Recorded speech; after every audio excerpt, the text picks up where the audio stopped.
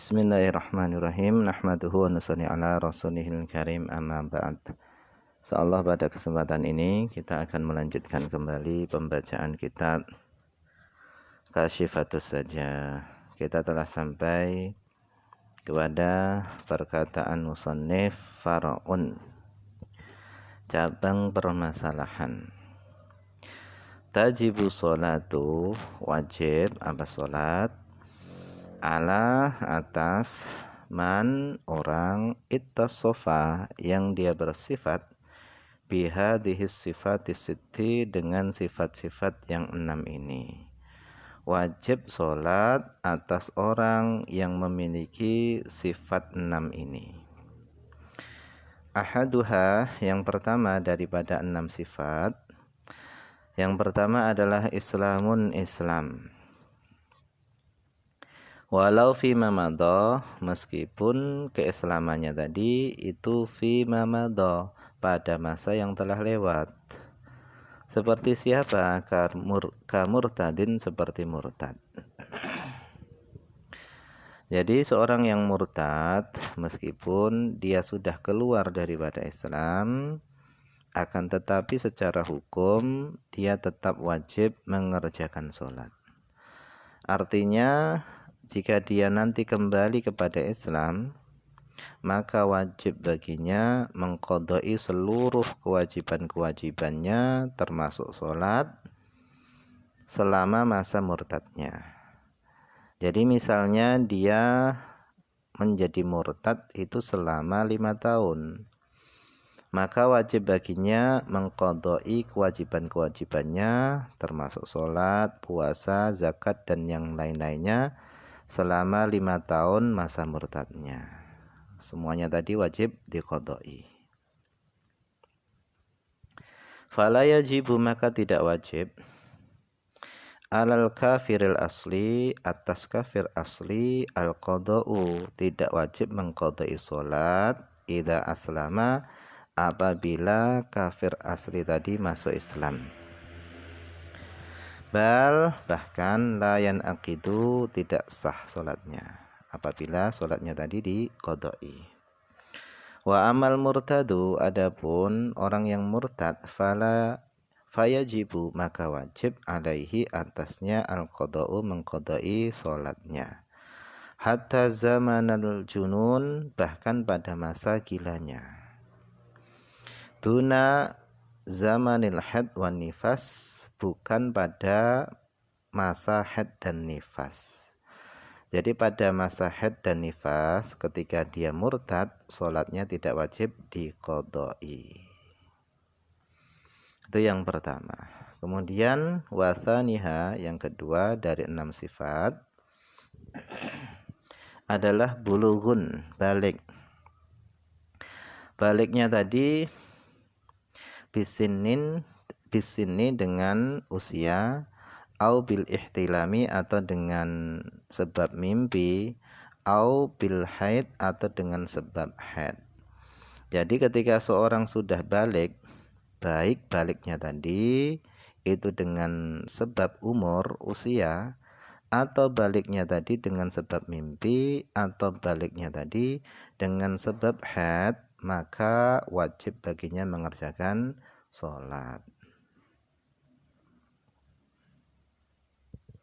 Fala yajibu, maka tidak wajib, al-qada'u, mengqadai sholat, ala sobiyi, atas sobi, ba'dal buluk, setelah dia balik.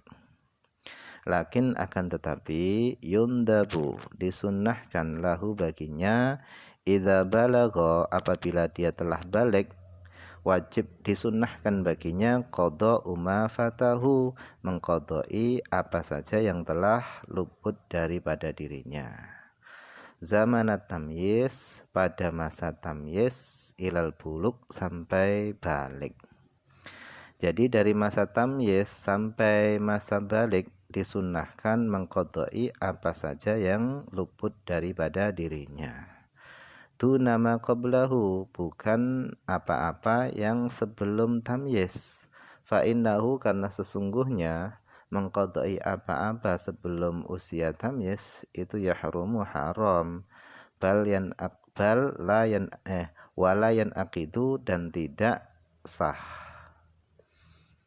Khilafan li jahalati sufiyah, berbeda dengan orang-orang bodohnya kaum sufi. Qalahu Abdul Karim, telah mengatakan yang demikian itu Abdul Karim. Kemudian wathalithuha, yang ketiga adalah aklun, berakal. Fala qada'ah, maka tidak ada qada' alal majnun, atas orang yang gila. Tidak ada qada' atas orang yang gila idza afaqa, apabila dia telah sadar daripada gilanya. Illal murtada, kecuali orang murtad. Wala mughma alaihi, dan tidak ada qada' bagi orang yang pingsan, illa, kecuali idza, apabila orang yang gila tadi dan orang yang pingsan tadi, pingsannya, gilanya tadi ta'adda, apabila sengaja. Fayajibu, maka wajib alaihima, atas keduanya, orang yang sengaja pingsan dan sengaja gila tadi, wajib mengqadai atas keduanya hina idzin, ketika sengaja pingsan dan sengaja gila. Wa amma idza lam yata'adda, adapun apabila tidak sengaja gila dan tidak sengaja pingsan, falaisa biwajibin, maka tidak wajib mengqadai salat, bal, akan tapi yustahabbu, disunnahkan mengqadai salat, alal mu'tamad, menurut pendapat yang mu'tamad, pendapat yang dipegangi.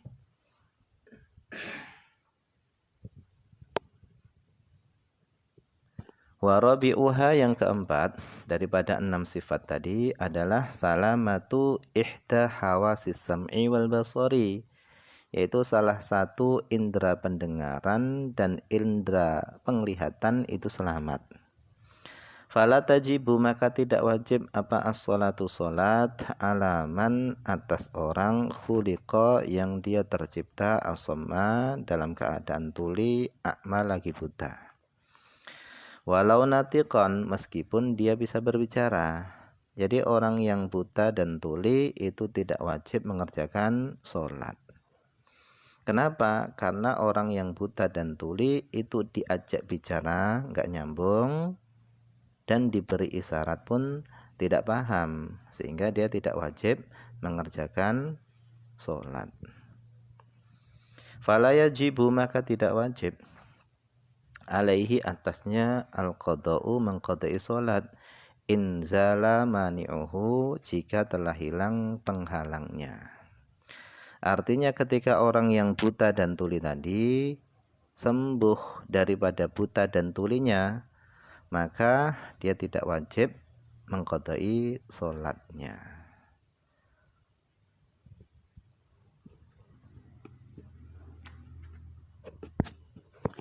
Kemudian wa khamisuha, yang kelima adalah bulughud dakwah, sampainya seruan Islam. Fala tajibu sholatu, maka tidak wajib sholat, alaman, atas orang, lam tablughud dakwatu, yang seruan Islam tidak sampai kepada dirinya. Walakin, akan tetapi, lau aslama, seandainya masuk Islam, man, orang, lam tablughu, yang seruan Islam tidak sampai kepadanya, dia masuk Islam, wajibah, maka wajib alaihi, atasnya, al-qada'u, mengqadai sholatnya. Qalahu, telah mengatakan yang demikian itu siapa? Asy-Syibramilisiyu, Imam Syibramilisi. Kemudian wasadisu, yang keenam, yang terakhir adalah naqaun, suci, minal haid wan nifas, suci daripada haid dan nifas. Fala yajibu, maka tidak wajib alal haidi, atas orang yang haid, wan nufasa, dan orang yang nifas, tidak wajib atas keduanya qada'uha, mengqada'i salatnya. Walau fi riddatin, meskipun pada masa murtad. Bal, bahkan wala yundabu, bahkan tidak disunahkan juga.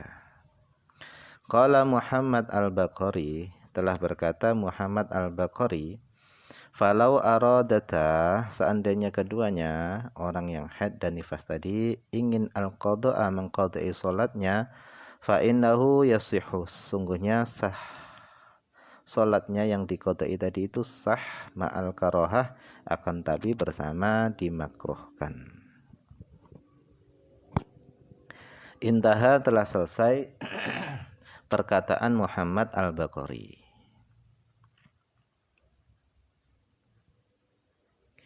Wa idza zalatil mawani'ul madhkuratu, apabila penghalang-penghalang salat yang telah disebutkan tadi di atas itu telah hilang, minhum, daripada mereka yang telah disebutkan tadi, wa qad baqiya min waqtis shalah, dan masih tersisa daripada waktu salat, waktu yasa'u, yang mencukupi apa waktu, qadra takbiratit taharrumi, yaitu sekedar melakukan takbiratul ihram, maka lazimathum tilka sholatu, maka salat itu wajib bagi mereka. Wa kadzalika sholatul lati qablaha, begitu juga salat yang sebelumnya. In saluhat, jika salat sebelumnya itu layak li jam'iha, untuk menjamak salat sebelumnya tadi, ma'aha ma'atil kasolah. Jadi apabila penghalang-penghalang salat yang telah disebutkan di atas tadi, seperti haid, nifas, gila, pingsan, dan yang lain-lainnya, hilangnya tadi sudah mendekati hampir habisnya waktu sholat, sekedar cukup untuk melakukan takbiratul ihram, maka dia wajib mengqadha'i sholat itu dan sholat sebelumnya. Jika sholat sebelumnya itu bisa dijamak dengan sholat itu. Misalnya sholat yang bisa dijamak adalah sholat zuhur dan asar. Zuhur asar ini bisa dijamak. Misalnya penghalang sholat dari orang tersebut itu hilangnya 1 menit sebelum maghrib, maka orang tersebut wajib mengqadha'i sholat asar dan sholat zuhur. Kenapa? Karena zuhur dan asar itu bisa dijamak. Misalnya lagi, haid atau nifasnya seorang itu berhenti 1 menit sebelum maghrib, maka orang tersebut wajib juga mengqadha'i asar dan zuhur, karena zuhur asar itu bisa dijamak. Begitu juga usia baliknya seorang itu misalnya masuk 1 menit sebelum maghrib, maka orang tersebut juga wajib mengqadha'i zuhur dan asar. Karena zuhur dan asar ini bisa dijamak, dan seterusnya. Wallahu a'lam. Ini saja dulu yang bisa dibaca pada kesempatan ini, semoga ada manfaatnya.